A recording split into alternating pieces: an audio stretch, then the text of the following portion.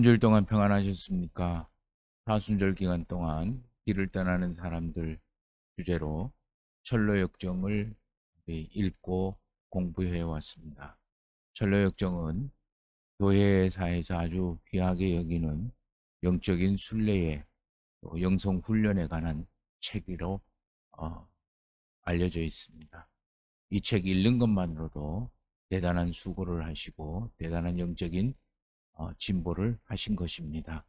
이제 마지막 아홉 번째 시간을 정리를 하도록 하겠습니다. 읽으신 것을 다 다시 한번 되새겨 보시고 기억하시면서 오늘 수업을 했으면 좋겠습니다. 기도드리겠습니다. 아버지 하나님, 사순절 긴 기간 동안 또 사순절 이후에 아버지 하나님을 묵상하고 우리 주 예수 그리스도의 길을 공부하면서 여기까지 왔습니다.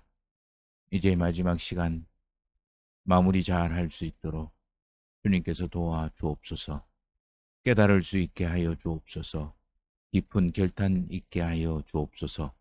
예수님의 이름으로 기도드립니다. 아멘. 철로역정은 기본적으로 믿음의 길을 걸어가는 이야기입니다. 믿음의 길은 다른 말로 이야기하면 또한 싸움이라고 할 수가 있습니다. 그러므로 저와 여러분들의 믿음의 길을 걸어가는 이 신앙의 생활의 길은 싸움의 길이라고도 할 수가 있습니다. 그래서 끊임없이 나 자신과 싸우면서 걸어가야 되는 길, 종착지가 바로 하나님 품입니다. 하나님 안에 머무는 겁니다. 그 길을 향하여 떠나는 것이 바로 철로역정이라고 할 수가 있습니다. 이제 우리 믿음의 길이라는 것은 끊임없이 싸움의 길이다라고 이야기를 했습니다. 멸망에서 죽음에서 영생으로 가는 길이 믿음의 길입니다. 죽음에서 생명으로 가는 길. 그래서 예수님은 늘 요한복음에서 생명을 이야기를 합니다. 이 생명에 관한 것, 그리고 살아있는 것, 살아가는 것, 또는 살아내는 것, 살려내는 것, 이것을 이야기를 합니다. 이거는 끊임없이 내 내적인 싸움의 길입니다. 내 원래 본성, 죄의 본성과 그리고 내 안에 있는 하나님의 형상과 성령 하나님의 가르침, 이 두 사이의 싸움의 길이 바로 믿음의 길이라고 할 수가 있습니다. 구원을 받고 난 다음, 회심을 하고 난 다음 이 믿음의 길에 여러 가지 사람들, 여러 모양의 사람들이 함께 길을 걸어가고 있습니다. 겉모양이 믿음의 길이라고 할지라도 그 속 사람의 모습은 다를 수가 있습니다. 거기에서 이야기하는 철로역정에서 이야기하는 가장 중요한 믿음의 길에서 만나는 유혹들, 어쩌면 우리가 분별해야 되고 또는 경계해야 되는 내 자신의 신앙생활의 모습이라고도 생각할 수가 있을 겁니다. 그건 바로 무지한 믿음입니다. 무지한 믿음은 늘 혼자입니다. 혼자 믿음의 길을 걸어가는 사람입니다. 다른 사람과 어울릴 수가 없어요. 늘 혼자이기 때문에 늘 독불장군입니다. 그래서 늘 자기 잘난 맛에 살아가는 거예요. 그래서 자기는 늘 의롭고 자기는 늘 올바릅니다. 그렇다고 해서 타인에게 피해를 주거나 그러하지 않습니다. 자기 혼자 신앙생활을 하는 사람입니다. 이런 사람들은 그저 자기만 잘 믿으면 된다라고 생각합니다. 뭐가? 자기만 잘 믿으면 된다라고 생각을 합니다. 자기만 은혜 입으면 되는 거고 자기만 선한 죄를 짓지 않으면 된다라고 생각을 하는 거예요. 그래서 늘 이 사람들의 믿음의 생활의 그 맹점은 바로 자기 생각 속에 빠져 있는 거예요. 자기 의로움 속에 빠져 있고 자기 올바름 속에 빠져 있습니다. 그래서 늘 자기는 선한 거예요. 이런 사람들의 믿음의 길, 믿음을 가만히 보면 늘 자기가 생각하는 하나님의 길 대신 우리가 가는 거는 하나님이 주신 하나님의 길이 아니라 자기가 생각하는 하나님의 길. 내가 생각할 때 예배는 이래야 되고, 내가 생각할 때 또는 내가 알고 있는 것, 예배는 이렇게 돼야 되고, 기도는 이래야 되고, 그리고 말씀은 이렇게 돼야 된다. 또는 교회는 이래야 된다. 이미 정답을 가지고 있는 거예요. 그러니까 정답이 있으니까 더 이상 어떤 외부의 새로운 그 성경의 음성에 대해서 다치게 됩니다. 그렇기 때문에 이 사람들은 그저 옛날 한 가지만 알고 현재에 일어나는 하나님의 그리고 하나님의 뜻에 관해서 하나님이 가르쳐 주신 하나님의 뜻에 관해서는 문을 닫고 있기 때문에 늘 무지합니다. 생각은 있으나 갈망이 없습니다. 그래서 지식을 가지고 있거나 그리고 예수 그리스도에 대해서 인정은 하지만 자기 체험과 고백은 없습니다. 이 사람은 늘 하나님의 의가 아니라 자기 선함과 자기 의로움으로 구원을 잊고 그다음에 생명을 얻고 믿음을 생각을 합니다.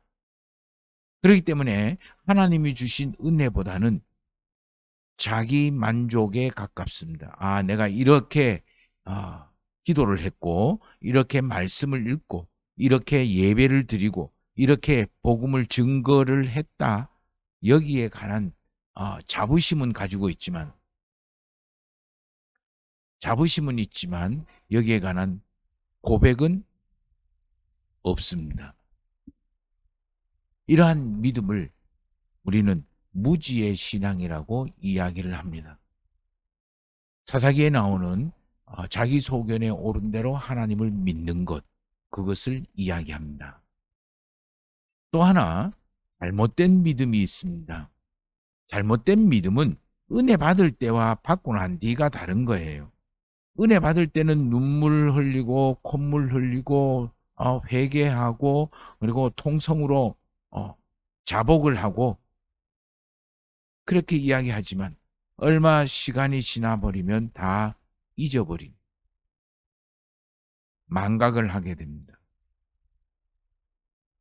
그러니 지금 이 상태에서는 늘 은혜가 없습니다.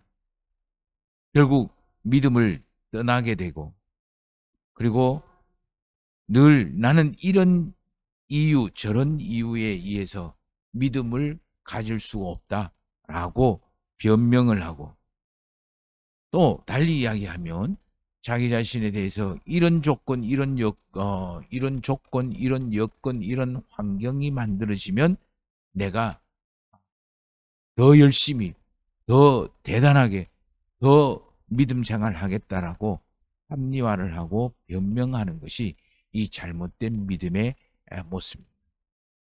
이런 사람들에게 나타나는 것은 바로 제일 먼저 영적인 둔감함입니다. 영적인 둔감함이라는 말은 두 가지입니다. 하나는 하나님의 역사에 둔감하고 죄의 유혹에 둔감합니다. 하나님의 역사에 둔감하기 때문에 자연스럽게 영적인 게으름을 피울 수밖에 없습니다. 이 영적인 게으름을 피우지 못하도록 늘 자극하고 우리에게 깨워주는 것이 있는데 그게 바로 신앙생활입니다. 이 신앙생활은 예배를 드린다든가 그리고 말씀을 듣고 읽는다든가 묵상을 한다든가 아니면 정기적으로 기도를 한다든가 아니면 우리 헌신을 한다든가 또는 교회에 생활을 한다든가 아니면 영적 독서를 한다든가 이렇게 해서 영적으로 민감하게 만들고 영적으로 부지런하게 만듭니다. 그래서 늘 영적으로 깨어있게 만드는 것, 이것이 바로 신앙생활입니다. 이 신앙생활을 한다고 해서 내가 뭐 대단해지는 것이 아니라 놀라 변화가 있는 것이 아니라 내가 영적으로 있음으로 인해서 하나님의 은총에 대해서 더 민감하게 깨닫고 알게 되는 겁니다. 이미 하나님의 은총은 우리에게 충만하게 있습니다. 그리고 또 새롭게 하나님의 은총으로 우리를 이끌어 가려고 성령 하나님은 이야기하고 끊임없이 우리에게 가까이 동행하십니다. 그래서 그 성령 하나님에 깨어있지 않으면 우리는 둔감하게 빠지게 되고 영적인 게으름에 빠지게 되는 거죠. 영적인 게으름에 빠지면 제일 많이 나오는 것이 바로 내인대, 불평, 불만, 비난, 정죄 이러한 것들이 많이 나옵니다. 늘 영적 게으름에 빠지면 우리에게 자신을 보는 것보다는 자기 자신을 보기보다는 다른 사람이나 또는 상황을 보게 만듭니다. 그래서 늘 여기에 대해서 내가 원하고 내가 좋아하는 상황을 상상하게 되고 생각하게 됩니다. 이것이 나의 기준이 되고 이 기준에 맞지 않으면 마치 현실을 평가하는 거죠. 그래서 충족되면 다행이고 안주를 하고 만족을 하고 좋다라고 이야기를 하고 충족되지 않으면 불평합니다. 그리고 불만이 쌓여집니다. 그리고 비난합니다. 정죄합니다. 이런 사람들이 주로 어디에 있냐면은 출애굽을 할 때 모세에 대해서 끊임없이 정죄하고 그리고 불평하고 비난하고 심판했던 고라와 같은 사람의 모습입니다. 이러다가 결국 세상과 어울리게 됩니다. 영적인 하나님과 어울리고 영적인 곳에 머물러 있기보다는 세상과 어울림에 더 쉽게 휩싸이게 되고 빠지게 됩니다. 그러다 보면 결국 하나님을 떠나게 되는 거예요. 하나님을 떠난다는 것은 내 생활 속에서 하나님을 무시하는 거예요. 어떤 선택이나 결정에 대해서 또 결정할 것에 대해서 또는 어떤 일에 대해서 어떤 생각에 대해서 어떤 마음에 대해서 내가 하나님을 무시하고 내 생각대로 판단한다라는 거예요. 결국 하나님과 상관이 없어지는 겁니다. 하나님과 상관이 없어지면 나는 하나님과로부터 떠나게 되는 겁니다. 이러한 믿음의 길에서 주어지는 또 하나가 있습니다. 바로 두려움입니다. 이거는 유혹이라기보다는 위협이라고 할 수가 있습니다. 앞에 잘못된 신앙이나 일시적인 신앙이나 그리고 잘못된 신앙 또는 무지한 신앙, 믿음은 유혹이라고 할 수도 있고 그리고 우리 두려움이라는 것은 위협이라고도 할 수 있습니다. 그런데 따지고 보면 이 위협은 우리로 하여금 믿음을 가지게 만드는 것이라고 할 수 있습니다. 위협에 굴복을 하면 우리는 더 믿음의 길을 나아갈 수가 없게 됩니다. 바로 죄에 대한 두려움을 갖게 만드는 거죠. 죄에 대해서. 그래서 이 죄에 대한 두려움은 나로 하여금 죄에 대한 경각심을 갖게 만듭니다. 그래서 조심하게 되고 죄에 빠지지 않기 위해서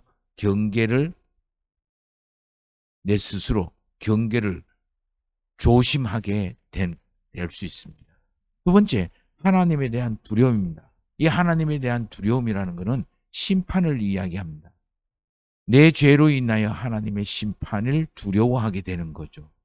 결국 이 두 가지는 나로 하여금 믿음이 깨어있게 만드는 그런 아주 좋은 기폭제가 되는 거예요. 그리고 마지막에 우리는 죽음에 대한 두려움입니다. 이 죽음은 바로 생물학적 죽음입니다.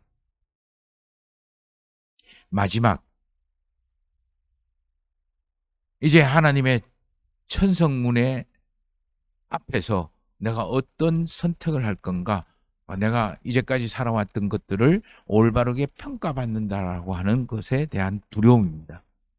이렇게 두려움, 사단이 주는 위협은 오히려 우리가 그리스도에 대한 갈망과 또 더 큰 믿음으로 나아가게 만드는 디딤돌이 될 수가 있고, 만약에 내가 여기 믿음에 대해서 굴복을 하고 하나님에 대한 의심을 한다라고 할 때에 우리는 더 큰 하나님의 결정적인 하나님의 천성의 문에 하나님 나라에 들어갈 수가 없습니다. 이 모습을 철로 역정에서는 죽음의 강이라고 이야기를 표현을 하는 거예요. 이제까지 이 죽음의 강을 건넜을 때 우리는 천성에 들어가는 거고 하나님의 나라에서 영광과 존귀를 얻을 수가 있는 겁니다. 자, 이제까지 천로 역정을 우리가 공부를 하고 읽고 정리를 해왔습니다. 근데 천로 역정을 가만히 보면 누구나에게 열려 있지만 아무에게나 갈 수 있는 길은 아니다라는 거예요. 이 누구나에게도 나에게도 열려 있고 너에게도 열려 있지만 아무나 갈 수 있는 그런 길이 아니라는 거예요. 오직 하나님의 인도하심을 받는 영적으로 깨어있는 사람만이 갈 수 있는 그런 모습입니다. 그 사람이 바로 나이기를 바라는 거죠. 내가 언제나 이 천성의 길을 걸어갈 수 있습니다. 그러나 언제나 늘 나는 이 길을 걸어가지 않습니다. 이게 사람의 본성입니다. 그렇기 때문에 끊임없이 신앙의 길을, 신앙생활을 통해서 믿음의 길을 가도록 갈 수 있도록 추진력을 얻어야 되는 겁니다. 이 역시 성령 하나님이 하시는 가장 강력한 일입니다. 사단은 우리로 하여금 힘들게 만들 겁니다. 그렇지만 하나님은 우리에게 큰 영광을 주게 됩니다. 하나님이 주시는 그 영광과 사단이 주는 힘들고 어려운 그것은 비교가 할 수가 없게 됩니다. 훨씬 더 이것이 크다라는 이야기겠죠. 그렇기 때문에 이 힘들고 어려운 길 우리가 보면서 늘 분별하고 깨어있고, 반면에 우리는 본성에 사로잡혀 있는 본성의 지배를 받는 사람입니다. 누구든지 이 본성에 따라서 선택하고 분별할 수 가능성은 누구에게나 다 열려 있습니다. 목회자라고 해서 이런 것이 없는 것이 아니라 목회자 역시 이런 것이 있고, 결국 베드로도 역시 또 사도 바울 역시 이러한 모습을 가지고 있었고 요한 역시 이러한 것을 가지고 있었습니다. 그러나 함께 분별하고 깨어있기를 노력하고 애쓸 때 우리는 믿음의 길을 걸어갈 수가 있겠는 거고요. 그 깨어있기 위해서 우리는 친구가 중요합니다. 동행자가 중요하다라는 거죠. 우리 크리스찬이라는 순례자가 마지막에 끝까지 동행한 사람이 소망이라는 친구하고 동행을 했습니다. 그 소망에게는 순례자가, 그리고 순례자에게는 소망이 친구가 되고 동행자가 되는 겁니다. 예배의 동행자, 말씀의 동행자, 기도의 동행자, 교회의 섬김의 동행자. 그래서 서로를 격려하고 서로를 이끌어주고 분별하도록 만들어주는 것, 이게 바로 교회이고 이러한 생활을 같이 하는 게 교회 생활입니다. 우리 요즘 코로나로 인해서 예배 드리는 것이 그렇게 쉽지 않습니다. 그런데 내 혼자 예배 드리는 것보다는 함께 예배를 드림으로 인해서 나는 위로를 받기도 하고 나 혼자가 아니라는 생각도 듭니다. 말씀을 혼자 읽기보다는 함께 읽고 서로 나눌 때 말씀의 깊이가 더해집니다. 기도도 홀로 기도하는 것보다는 함께 기도의 동역자가 기도하는 것이 훨씬 더 힘이 있고 그리고 든든해집니다. 교회의 여러 가지의 봉사를 하고 교회의 여러 가지의 섬김의 활동을 하고 이웃을 섬기고 사랑하는 일도 혼자 하는 것보다는 함께 하는 것이 훨씬 더 쉽고 재미있고 거기에서 오히려 더 많은 것들을 얻을 수가 있게 되는 거예요. 이 동행자와 동행자 사이, 바로 이 교회에서 성령 하나님의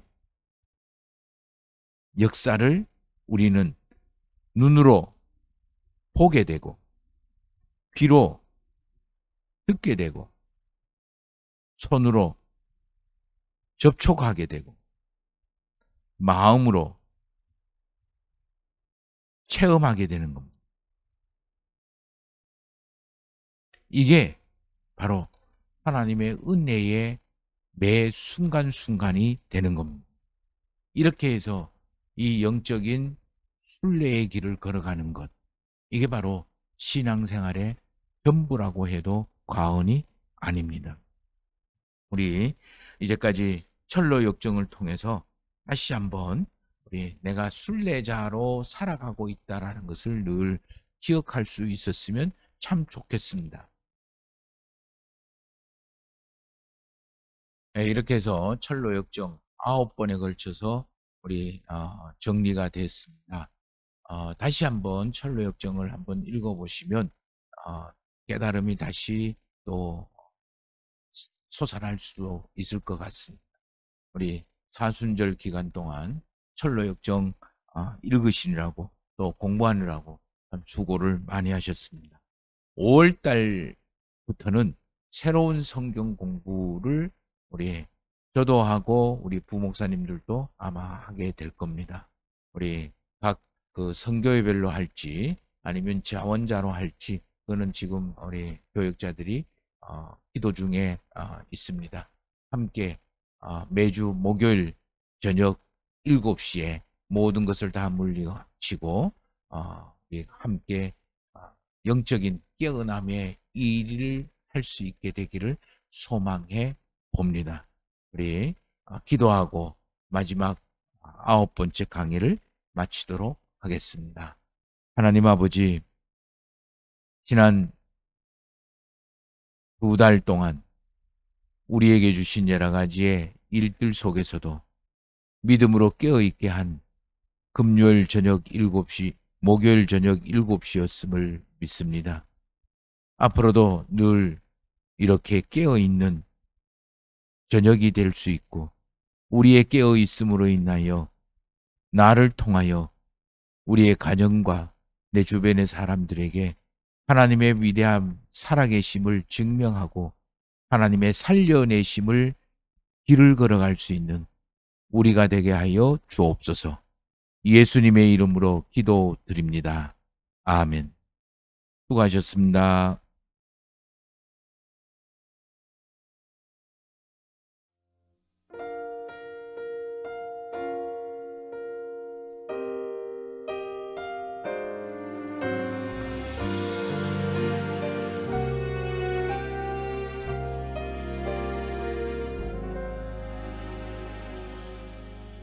내가 누려왔던 모든 것들이 내가 지나왔던 모든 시간이 내가 걸어왔던 모든 순간이 당연한 것 아니라 은혜였소. 아침 해가 뜨고 저녁